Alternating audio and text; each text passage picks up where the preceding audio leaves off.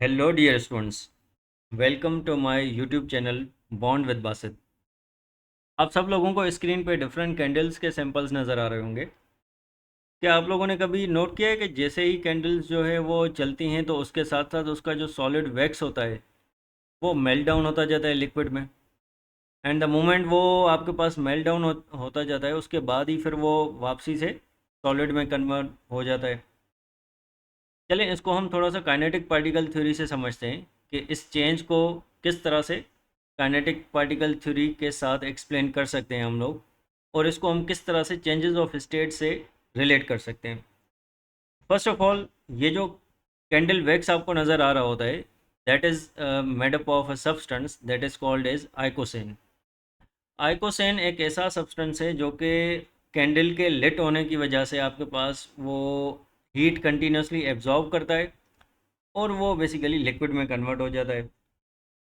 तो अगर हम इसको चेंजेस ऑफ स्टेट से रिलेट करें तो क्या हम ऐसा कह सकते हैं कि ये जो स्टेट होती है आपके पास आइकोसेन की, सबसे पहले इनिशियली ये सॉलिड स्टेट में होता है। देन आफ्टर सम टाइम ये सॉलिड स्टेट में से जब मेल्ट हो जाता है तो लिक्विड में कन्वर्ट हो जाता है। तो ये एक चेंज ऑफ स्टेट है जो कि शो कर रहा है कि किस तरह से सॉलिड कन्वर्ट हो रहा है लिक्विड में। For example, let's relate this change in terms of the kinetic particle theory. Candle का जो लिट होना है वो बेसिकली उसकी वजह से क्या होता है कि ये जो हीट एनर्जी होती है पार्टिकल्स कंटिन्यूसली काइनेटिक एनर्जी के फॉर्म में एब्जॉर्ब करते रहते हैं। पार्टिकल्स काइनेटिक एनर्जी के फॉर्म में एब्जॉर्ब करते रहेंगे, उनकी काइनेटिक एनर्जी इंक्रीज होगी। थर्मल एनर्जी बेसिकली ट्रांसफ़र हो रही है काइनेटिक एनर्जी में और वो काइनेटिक एनर्जी इंक्रीज होती जा रही है। And the moment will come जब आपके पास वो सॉलिड कंप्लीटली लिक्विड में कन्वर्ट हो चुका होता है। सो ये इंक्रीज काइनेटिक एनर्जी की वजह से होता है। जब आप किसी भी पर्टिकुलरली सॉलिड पार्टिकल की काइनेटिक एनर्जी को इंक्रीज कर रहे होते हैं तो उसमें ये आपको जो चेंज है वो दिखाई दे रहा होता है। अगर हम इसी कोई मज़ीद डिस्कस करें कि आप सॉलिड टू लिक्विड तो जाते हैं, लेकिन अगर हम इसको एक कर्व फॉर्म की शक्ल में डिस्कस करते हैं, फॉर एग्जांपल हमारे पास एक इसी तरह का सॉलिड और लिक्विड को कन्वर्ट करने के लिए एक पर्टिकुलरली ग्राफ के सूरत में हम लोग इसको समझते हैं। तो फॉर एग्जांपल हमारे पास एक इसी तरह से ही एक रिलेटेड एक ग्राफ है। इस ग्राफ में इनिशियली जो आपको पॉइंट नज़र आ रहा है वो ए पॉइंट है। उसके बाद जो है फिर उसका टेम्परेचर इंक्रीज हो रहा है, then you can see there is the B point, और उसके बाद एंड में सी है, फिर लास्ट में आपके पास डी पॉइंट मिल रहा है। तो इसमें टोटल 4 पॉइंट्स आपको लेवल होते हुए नज़र आ रहे हैं, ए बी सी और डी। पॉइंट नंबर 1 हम डिस्कस करते हैं ए और ए को, जो कि आपको इनिशियली यहाँ पर नज़र आ रहा होगा। उसके बाद ये पॉइंट ए है। ए के बाद आपके पास पॉइंट बी आता है। तो पहले हम इस फेज़ को डिस्कस करते हैं कि during this phase what happens in terms of the kinetic particles related to the energy.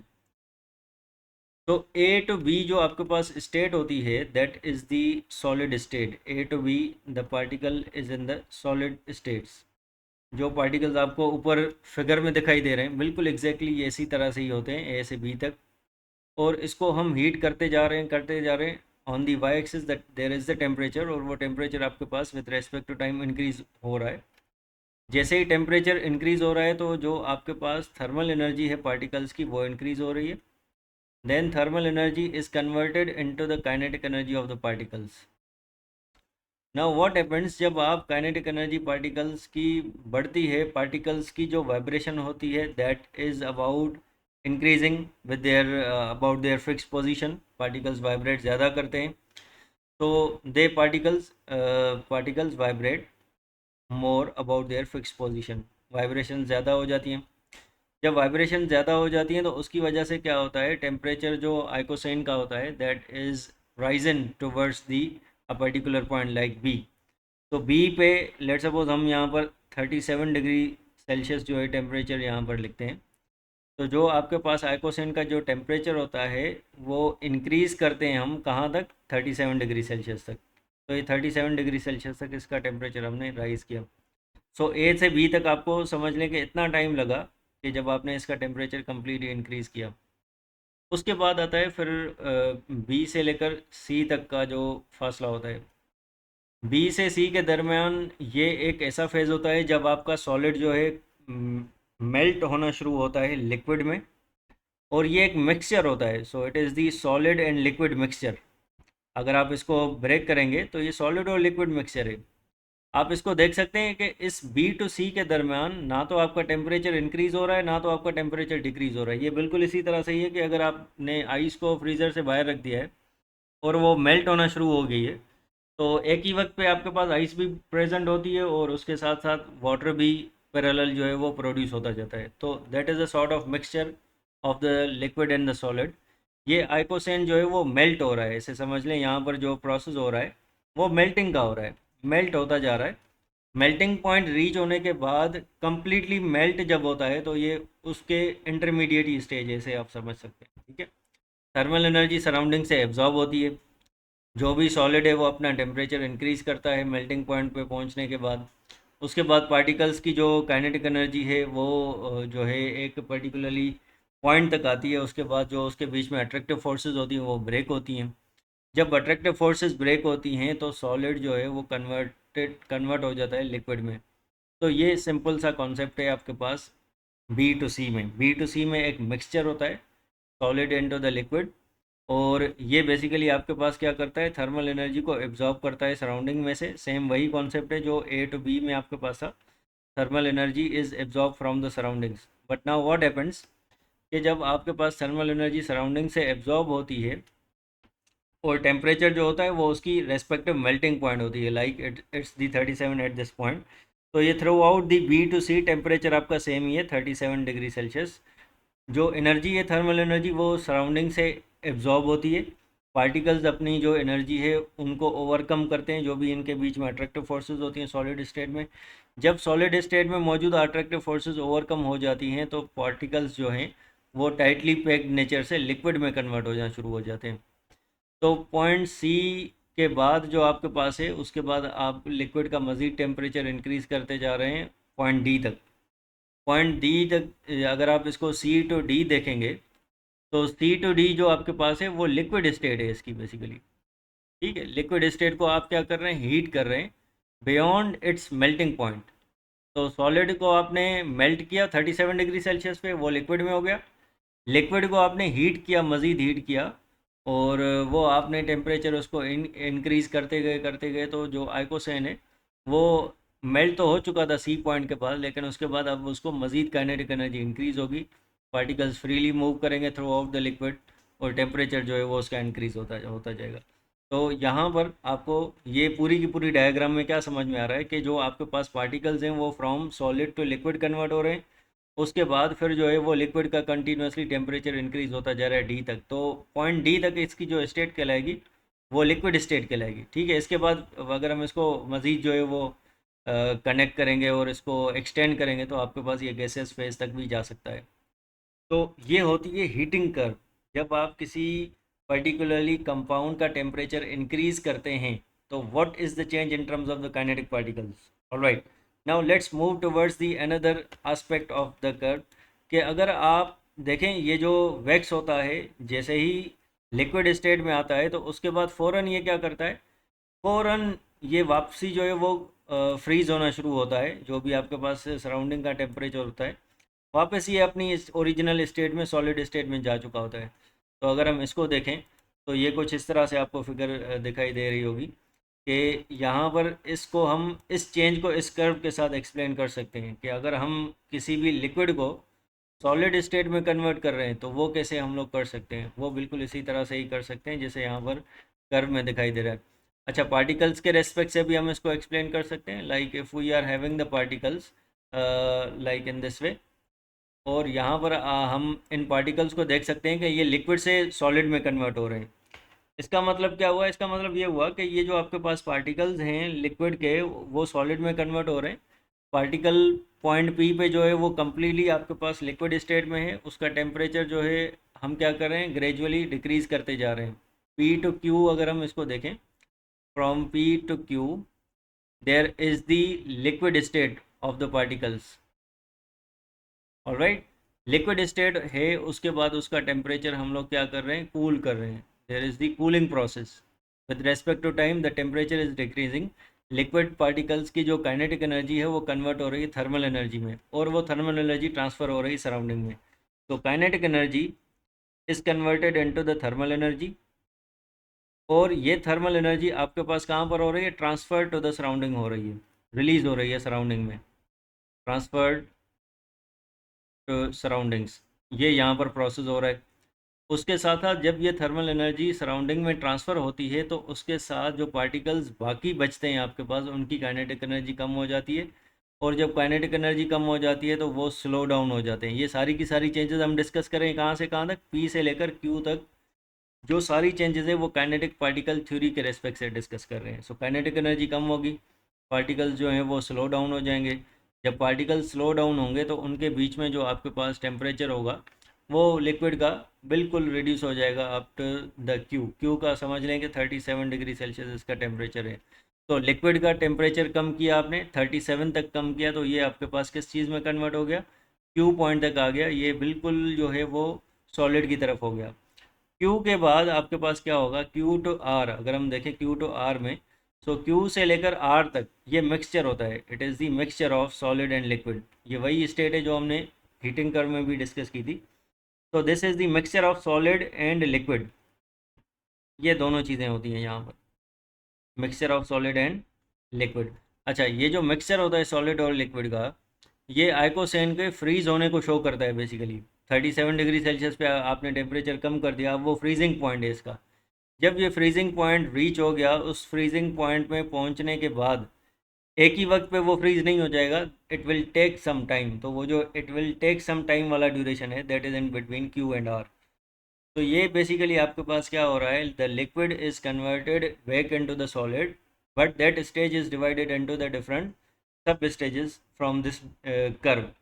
So Q to R में पार्टिकल्स जो हैं वो सराउंडिंग में अपनी एनर्जी को लूज़ करते हैं, जिसको हम फ्रीजिंग पॉइंट कहते हैं। पार्टिकल्स की जो कम एनर्जी होती है वो आपस में करीब करीब आते जाते हैं, उनके बीच में जो अट्रैक्टिव फोर्सेस होती हैं वो ज़्यादा होती हैं। ये इसकी स्टेट आपको पता होनी चाहिए, it is a mixture of solid and the liquid. और जो आपके पास अट्रैक्टिव फोर्सेस होंगी पार्टिकल्स की, they are become stronger, attractive forces भी बढ़ जाएंगी पार्टिकल्स की। When there are more attractive forces between the particles, so what happens, there is the more you can say the closeness between the particles, they are more close together like in the solids। तो ये R तक आपके पास यही सारा freezing का process चल रहा होता है।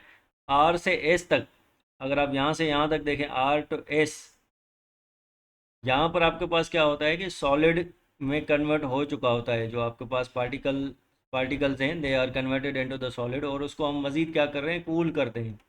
आप इसका मज़ीद टेम्परेचर डिक्रीज़ करते जा रहे हैं, आर के बाद टेम्परेचर और डिक्रीज़ कर रहे हैं, डिक्रीज़ कर रहे हैं, ये टिल दी एस सारा का सारा प्रोसेस सेम वही चल रहा है, टेम्परेचर को डिक्रीज़ कर रहे हैं। जैसे ही पूरा का पूरा लिक्विड जो है वो सॉलिडिफाई हो जाता है आर पे, सॉलिड में कन्वर्ट हो जाता है, काइनेटिक पार्टिकल्स जो हैं, काइनेटिक एनर्जी पार्टिकल्स की कन्वर्ट हो जाती है थर्मल एनर्जी में, और थर्मल एनर्जी सराउंडिंग में ट्रांसफ़र हो जाती है। पार्टिकल्स अपने पोजिशंस के सराउंडिंग में वाइब्रेट करना शुरू करते हैं, और वाइब्रेशंस आपको पता है सॉलिड स्टेट में ही होती हैं। तो आर टू एस में ये कम्प्लीटली सॉलिड स्टेट में आ चुका होता है। Particles vibrate about their fixed positions, vibrate about their fixed positions. तो ये कॉन्सेप्ट है आपके पास कूलिंग कर्व्स का। चलें जी, इसको हमने डिस्कस कर लिया। अभी हम लोग एक कॉन्सेप्ट को डिस्कस करते हैं जो कि बहुत ही कॉमन कॉन्सेप्ट है हमारे डेली लाइफ से रिलेटेड। उसको हम डिस्कस करेंगे इन terms of the kinetic particle theory, और ज़्यादातर क्वेश्चंस जो है उनके सीआईज में आपसे पूछे जाते हैं। फॉर एग्जांपल, एक प्रोसेस होता है जिसको हम नॉर्मली अपनी डेली लाइफ में यूज़ कर रहे होते हैं।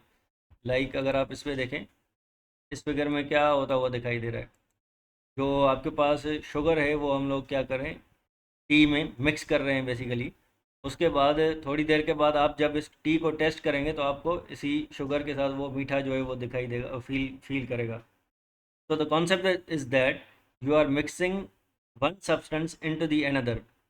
ठीक है, इसको हम इस तरह से भी समझ सकते हैं, like we can have the another aspect of this analysis in this way, like यहाँ पर आपके पास क्या है कि दो एक जार्स हैं यहाँ पर, उन दोनों जार्स को हमने ग्लास कवर के साथ जो है वो प्रोटेक्ट किया हुआ है। एक गिलास जार में ब्रोमीन है, दूसरे गिलास जार में आपके पास एयर है। जैसे ही आप ये ग्लास कवर हटाते हैं उसके बाद आपका ये जो दोनों ग्लास जार्स हैं इनमें ये ब्राउन कलर जो है वो ब्राउन का स्प्रेड हो जाता है पूरे के पूरे दोनों जार्स में। ठीक है, ये आप डिफरेंट चेंजेस हैं, उन चेंजेस को आपको देखना है। Then we are going to explain in terms of the kinetic particle theory कि इसमें हो क्या रहा है बेसिकली। इसी तरह से एक और चेंज है जो हम लोग नॉर्मली ऑब्जर्व करते हैं कि जब आप लोग कप में ग्रीन टी रखते हैं तो फॉर एग्जांपल इस तरह से कुछ प्रोसेस हो रहा होता है। टी थोड़ी देर के बाद जो है वो क्या होती है, मिक्स हो जाती है पूरी के पूरे, उसके जो इंग्रेडिएंट्स हैं उसका जो टेस्ट है आपको पूरी जो लिक्विड है उसमें फील हो रहा होता है, पानी में बेसिकली फील हो रहा होता है। तो ये एक टी बैग को आपने क्या किया है, ग्लास ऑफ वाटर में प्लेस किया है, उसके जो पार्टिकल्स हैं वो बेसिकली स्प्रेड आउट हो रहे हैं और वो पार्टिकल सारे के सारे स्प्रेड आउट हो गए पूरे के पूरे आपके कप में, उसका कलर बेसिकली शो होगा। ये एक कॉन्सेप्ट होता है जो कि हम इसको डिफ्यूजन कहते हैं बेसिकली। अब इस डिफ्यूजन के प्रोसेस को डिस्कस कैसे करते हैं, किस तरह से इसको एक्सप्लेन करते हैं, तो let's discuss that one. Diffusion is simply the process of movement of the particles. So diffusion can be explained like it is the movement of particles from the higher concentration to the lower concentration. ठीक है, so it is the movement of particles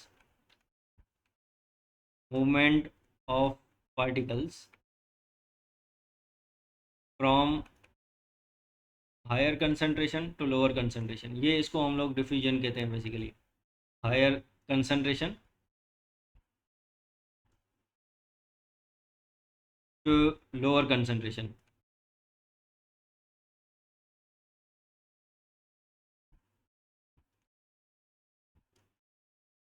अच्छा जी, क्योंकि diffusion basically movement of particles होता है, तो जब भी मूवमेंट ऑफ पार्टिकल्स को हम लोग डिस्कस करते हैं हम काइनेटिक एनर्जी के रेस्पेक्ट से उसको डिस्कस करेंगे कि क्या काइनेटिक एनर्जी का डिफरेंस आता है। तो फर्स्ट कर लें, ये जो डिफ्यूजन होती है लिक्विड्स में भी होती है, गैसेस में भी होती है, सॉलिड्स में बिल्कुल नेग्लिजिबल अमाउंट में होती है, with the slowest rate of the diffusion.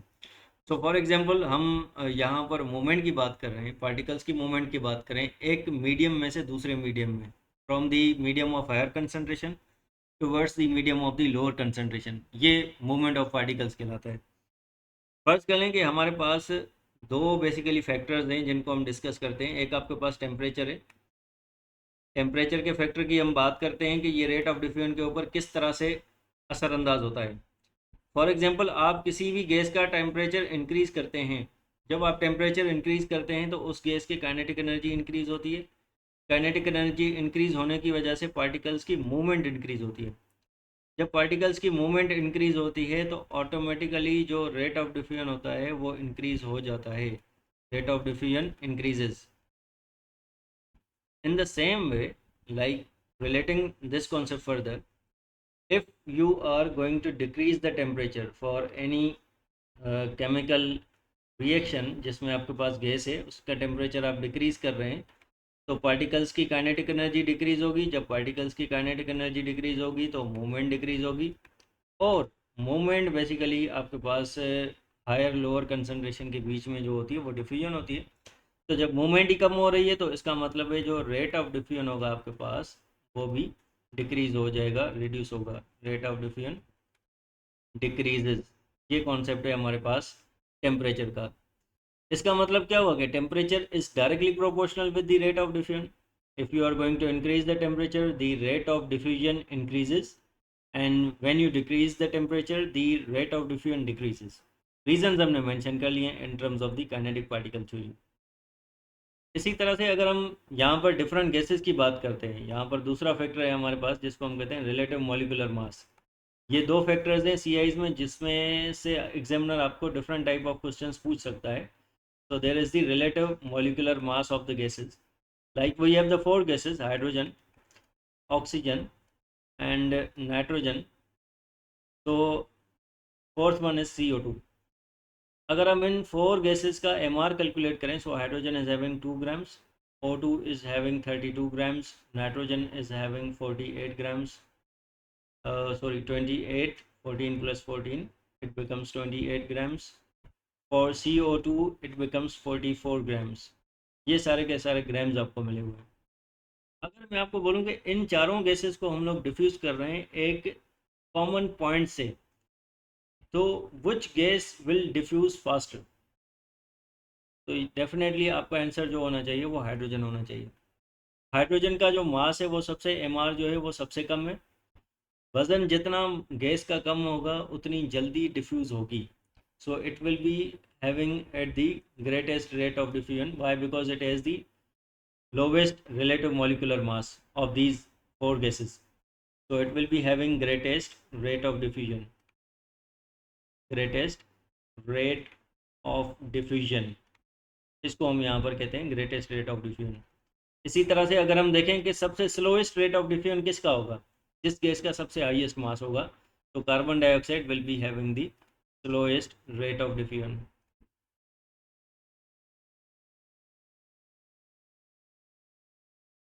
ये सारे के सारे कॉन्सेप्ट्स हैं डिफ्यूजन से रिलेटेड और हीटिंग और कूलिंग कर्व से रिलेटेड।